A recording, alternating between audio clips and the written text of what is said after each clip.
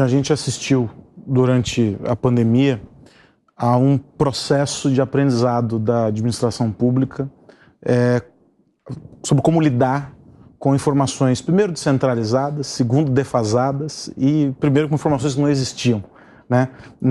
Descobrimos, eu mesmo cheguei a fazer matérias aqui na Jovem Pan, mostrando que havia um número enorme de unidades básicas de saúde que não tinham sequer conexão com a internet, esparramadas aí pelo Brasil.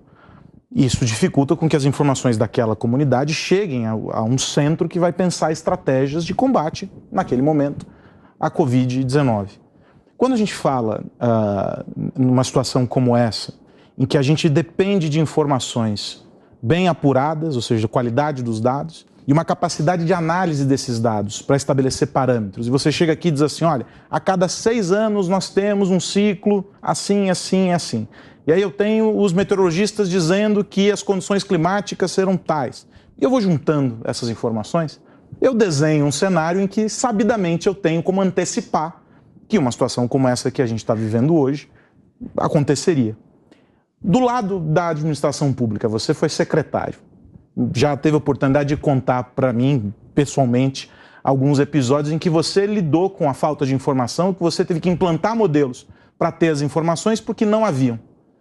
Como é que a gente lida com essa questão? A tecnologia não falta, é preciso dizer.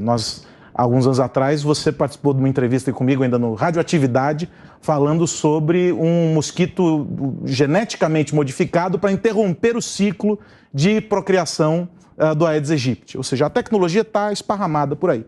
Como é que eu uso ela em benefício de uma situação como essa, para que a gente não entre nessa discussão que me parece enxugar gelo? Tampe a caixa d'água, mas eu não vou tampar. Porque o rio está ali e ele também é um vetor. E eu posso prever, posso atuar de maneira profilática, sem envolver esses outros agentes. Haroldo, você fez um comentário que eu ia, ao longo da nossa conversa, trazer. Porque, claramente, se alguém de nós, estamos todos na mesma comunidade, se um de nós não fizer a sua parte, seguramente todos terão repercussão sobre isso. Então, a pergunta é, vamos acabar com esses mosquitos?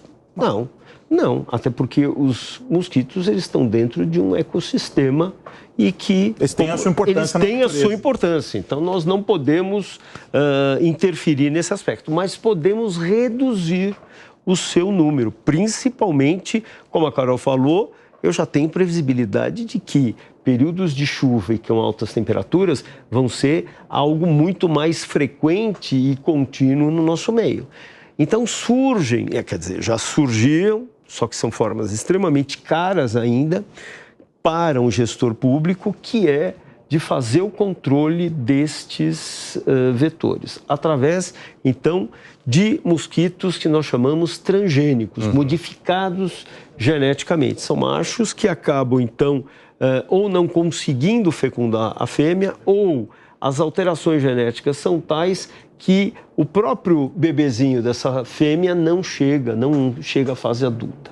Então, isso é uma forma de você... Essa era uma pesquisa da USP, da USP, mas nós tínhamos especialmente trabalhos que foram feitos... É um mosquito de fora que veio trazido. A USP era uma das universidades envolvidas. Era um estudo multicêntrico que trouxe para algumas cidades, aqui em São Paulo, na Bahia, especialmente na Bahia, esses mosquitos conseguiram, no Rio de Janeiro, conseguiram fazer um controle dos vetores de forma adaptada. Que era um mosquito só macho, não é? Só fêmea. Exato, só macho. Não interrompia o ciclo de procriação, mas nasciam apenas machos. Porque quem fica é a fêmea. É a fêmea, mas o que acontece? Olha que interessante. A gente chamava esses mosquitos de transgênicos e transgêneros. Por quê? Porque, por exemplo, esses mosquitos machos, eles tinham aversão às fêmeas. Então, era uma colocação que falava assim, ele mudava tanto no ponto de vista genético, que ele acabava, então, não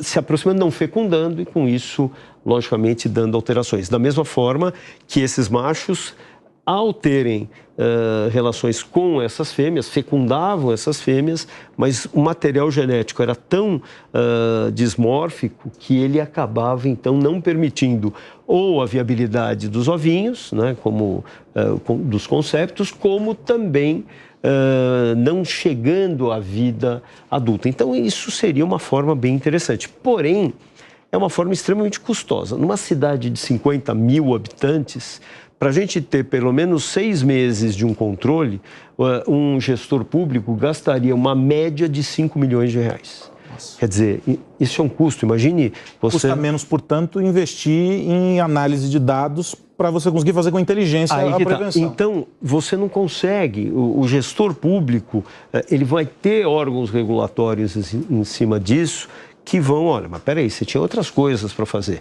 E essas outras coisas são feitas.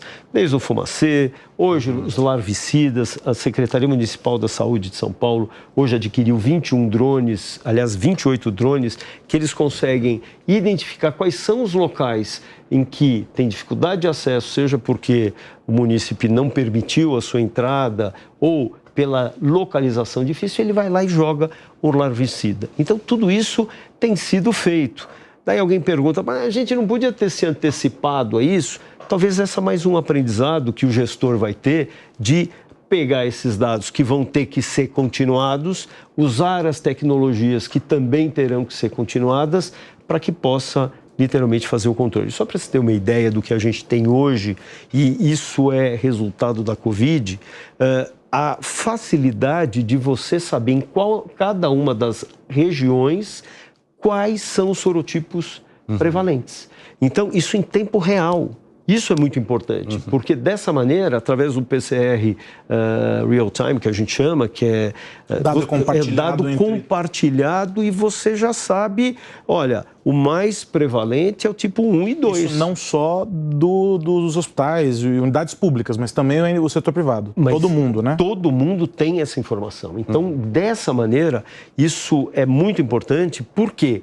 Porque se eu sei hoje que existe um outro sorotipo circulando, eu vou ter o risco de ter novos pacientes comprometidos. Imagine o seguinte, eu tive o tipo 1, eu também tenho o tipo 2, então eu também tenho a chance de me infectar com o tipo 2. Agora, se eu começo a também ter o tipo 3...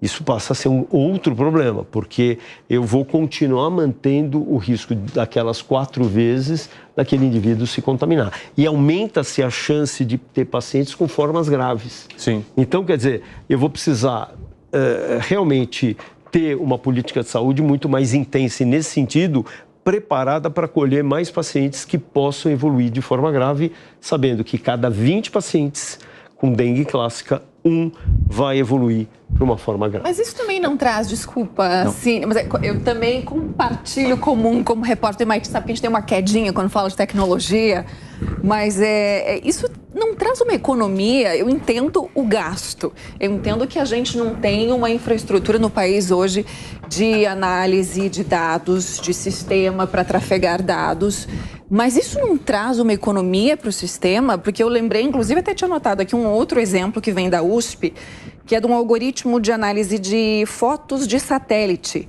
que é uma técnica que, com machine learning, aprendizado de máquina, o sistema, com mais de quase 90% de acurácia, ele conseguia dizer, olha, aqui eu tenho um ponto de caixa d'água em que é provável que possa ser um criador do mosquito. Bom, então, se num raio de tanto eu tenho 2, 3 pontos, eu foco aqui. Isso já é uma economia para o poder público. Mas isso não é tão simples quando a gente fala de gestor público, porque todas as... você vira e diz assim, por exemplo, se você tivesse um setor privado, você fala, bom, então faz um chamamento, 3 orçamentos, e, bom, fiz um chamamento, só veio uma empresa que faz esse tipo de ação. Então, você escolhe. No setor público, você vai ter um gasto e você vai ter, compativelmente naquele gasto, para um público menor, você vai falar, mas peraí, o valor que você está gastando aqui, você faria fumacê, você faria larvicida, você distribuiria repelente, porque você só se baseou nessa questão. Então, isso para o gestor público é muito importante na escolha das estratégias que ele vai traçar naquele momento. Tanto é que quem tem feito isso são empresas privadas, que são aquelas que simplesmente olham, mas peraí, essa é uma região enorme, vamos fazer aqui. Vamos fazer, eu tenho uma grande área, meus galpões, eu vou fazer como se fosse uma contrapartida. Como se fosse uma contrapartida. Então, hoje, os maiores clientes dessas empresas acabam sendo agentes privados e não gestores públicos, exatamente porque ele vai ser questionado no futuro pelas ações que ele traçou.